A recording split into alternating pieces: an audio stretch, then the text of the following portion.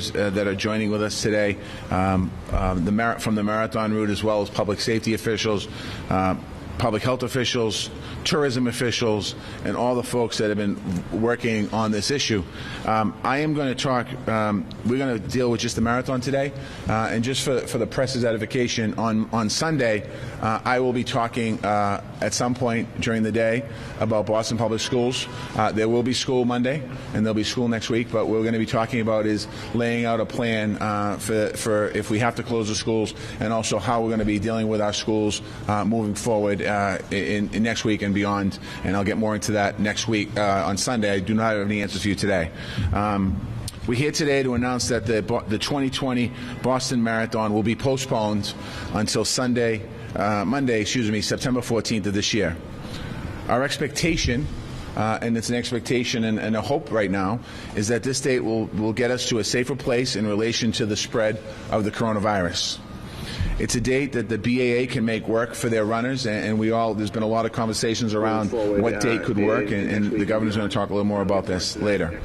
With the help, our priority right now is making sure the health and safety of the runners, of the fans, of the medical personnel, first responders, residents of the Commonwealth of Massachusetts, visitors from across the country, visitors from across the world.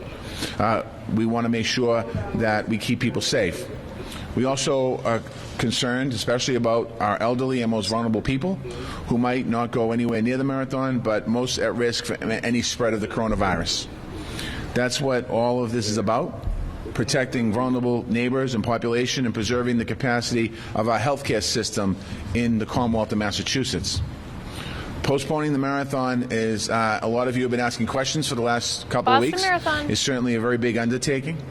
And I'd like to thank all of the leadership in the towns of Hopkinton, Ashland, Framingham, Natick, Wellesley, Newton, and Brookline for us collectively working together, all of our public health and safety, and talking about this situation in this challenging circumstance.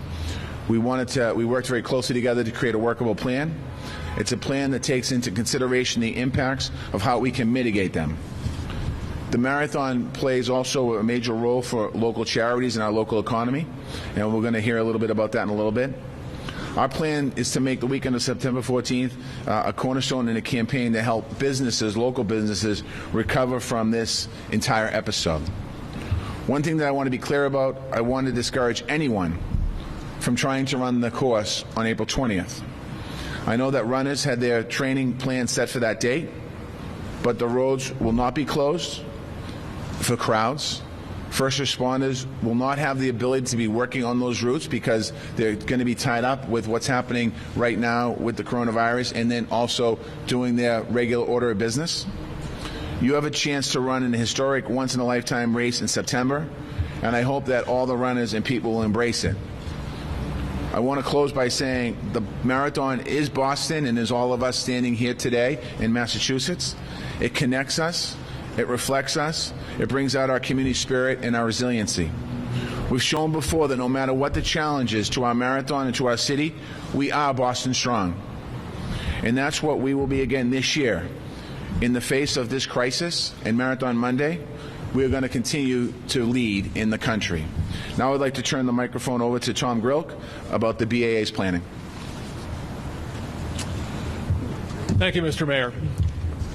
We're here today, we the BAA, to support the decision of the City of Boston, the other 7 cities and towns along the marathon route, and the Commonwealth to postpone the 2020 Boston Marathon until Monday, September 14th, as the Mayor has just described. We know that all of these municipalities and the Commonwealth are doing this in support of all of the constituencies served by the marathon: runners, charities, volunteers, spectators who have embraced the marathon for generations, and our local economy. We at the BAA will take every reasonable step possible to support this effort and all of those constituencies. We at the BAA could not be more impressed by the immense amount of work put in by the City of Boston and the other communities and the Commonwealth to find a way to not simply cancel the marathon, but instead to take the less drastic step of postponing it, and doing so amidst a crisis of unprecedented proportions. We all know the massive degree of challenge confronted by the mayor, the governor, and the cities and towns represented here in addressing a crisis that no one could see coming. The issues and challenges are endless and urgent. Above all, we salute and are grateful for the magnificent leadership being provided in this crisis by the governor, the mayor, municipal leaders, and everyone else addressing this crisis. We are privileged to have them all to guide us at a moment when we need great leadership. We have it. We know at the BAA there will be lots of questions, and we will address them as promptly as we can at our website at baa.org. And I believe next the President and Chief Executive Officer of John Hancock, Marianne Harrison, will speak. Thank you, Mayor Walsh, Tom, and Governor Baker. While we all feel disappointed by the news today, postponement means the race actually will go on. The John Hancock sponsorship of the Boston Marathon is more than our name on the banners. It represents our goal to help foster a healthier, more equitable community. We do that by helping to support our nonprofit partners and their important work, including raising money to help vulnerable populations that need our support now more than ever. To our nonprofit partners, and especially the hospitals, please know we're thinking of you. Our community relies on you, and we continue to stand by you. To our nonprofit runners, the marathon date is changing, but your ability to make an impact isn't. Please keep raising funds. We also appreciate how this news affects the John Hancock Elite Athlete Team and other elite athletes who are planning on running this April. We value our relationships with the world's best runners and hope to welcome them back to Boston this fall and the years to come. We look forward to seeing all of you at the finish line in the fall. Now over to Governor Baker. Thank you, Marianne. Good morning.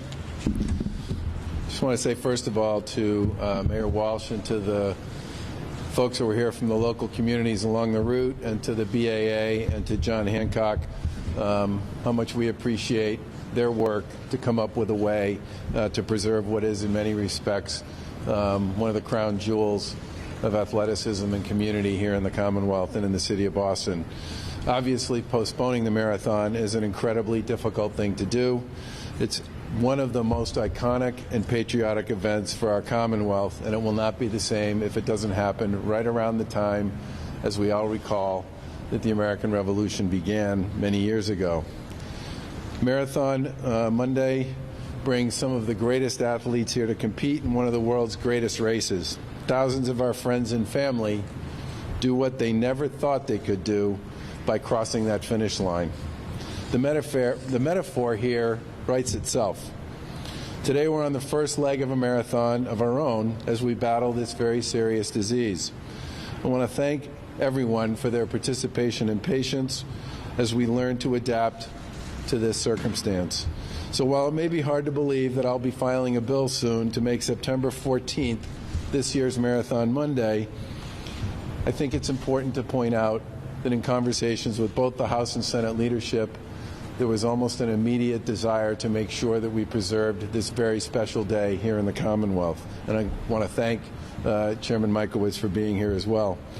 I know this is a change and that in some respects it won't look right on the calendar, but it's certainly the right thing to do. And as we have seen before, this particular Boston Marathon does define resilience.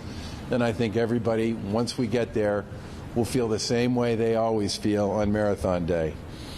I certainly think it will also give us a great opportunity to once again cheer everyone as they cross that finish line and compete in the race. I think most people know that we'll be providing a separate briefing and update with respect to COVID-19 later today. Again, I want to thank the mayor, the leaders in the local communities, the sponsors, and the BAA for working so hard to ensure that we preserve such an important event here in our city and in our Commonwealth. Thank you. We'll take a couple questions here. If you just could let me know who you want the question directed to, and then any other information that you need as the day goes on. If we have to cut it short, we will get information to you all day long. You can contact the governor's press office, our press office, the BAA, John Hancock, any of the local officials behind us. We're all willing to help. Any questions? Would there ever be thought to just not having spectators out there, just having runners, or is it too much because everybody's in the same place while they're running?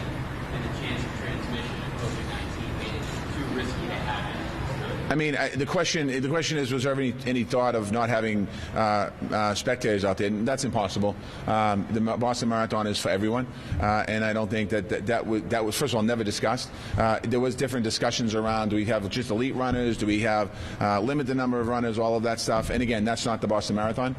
We're an inclusive marathon that obviously, with all the cities and towns here, the state, the city, we're all together. We want to make sure it remains inclusive. So that's not wasn't even discussion. How much do you think will it cost to postpone the race until September? I don't have the cost of postponing, but I tell you the cost of canceling is about $211 million for regional economies. It's about nearly $40 million for charities, and those are the impacts that we know of. So by canceling it, we would have lost all of that revenue. On the 20th, yeah, some people are talking about running the marathon on the 20th. We're asking you not to do that. We're by April 20th, we might be in a very different place with the coronavirus. That is taking. We want people to be safe and smart about it. There won't be barriers, there won't be barricades, there won't be public safety officials out there. We can't monitor that situation. We can't monitor the route. If a large group of runners decide to do that, you're taking resources away, potentially very important resource away for something else.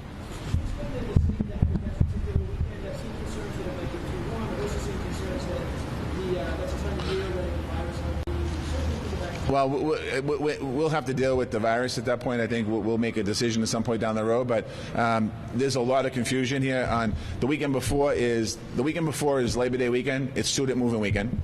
So all of our cities and towns have student move. Hopefully they're moving back to school. The weekend before that is August, and it's a very hot time of year to be running. The weekend in the long weekend in October is generally college family weekend.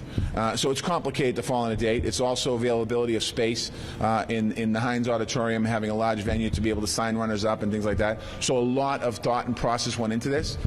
This date jumped around like a pinball for probably a long time, and with the help of the governor and talking to the legislative leaders, we decided this date could work for all of us.